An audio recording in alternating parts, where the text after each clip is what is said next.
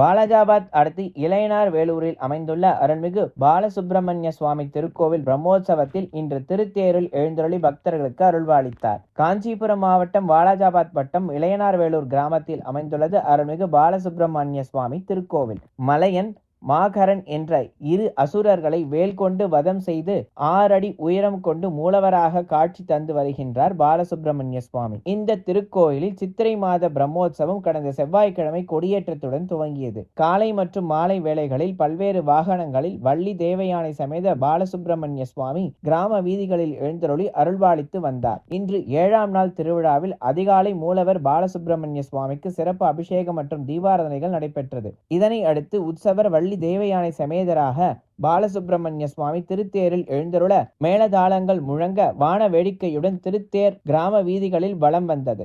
நூற்றுக்கணக்கானோர் வடம் பிடித்து இழுக்க ஜேசிபி உதவியுடன் திருத்தேர் வலம் வந்தது. திருத்தேர் நிகழ்ச்சி ஏற்பாடுகளை செயல் அலுவலர் ப. கதிரவன், அறங்காவலர் குழு தலைவர் து. கோதண்டராமன் மற்றும் திருக்கோவில் அலுவலர் கிராம பொதுமக்கள் இணைந்து செய்திருந்தனர்.